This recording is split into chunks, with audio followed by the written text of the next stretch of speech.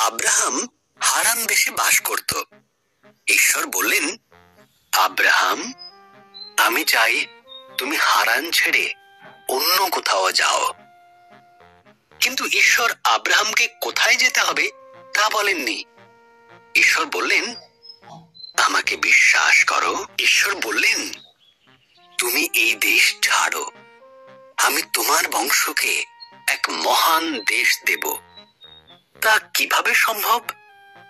Abraham ভাবতে লাগল।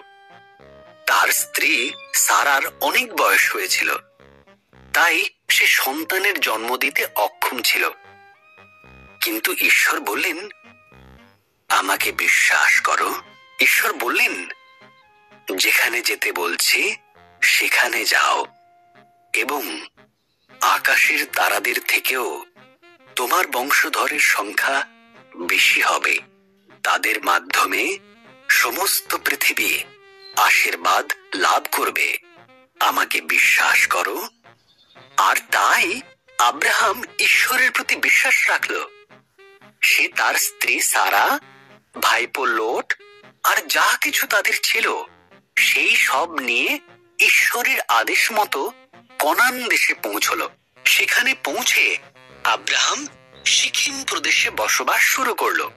এখানে ঈশ্বর তাকে দেখা দিলেন। তিনি বললেন, এই ভূমি আমি তোমাকে আর তোমার সন্তানদের দেব। আব্রাহাম সেখানে ঈশ্বরের নামে এক পবিত্র বেদি তৈরি করল। এই ভূমি আব্রাহাম ঈশ্বরের দেওয়া সেই প্রতিশ্রুত দেশটি ঘুরে দেখল। ঈশ্বরের প্রতি স্থির বিশ্বাস রাখার জন্য আব্রাহামের মনে ভারী আনন্দ হল। সুতরাং এখানেও ঈশ্বরের নামে সে আরেকটি বেদি তৈরি করল এবং ঈশ্বরের সমস্ত প্রতিশ্রুতির জন্য তাকে ধন্যবাদ দিল।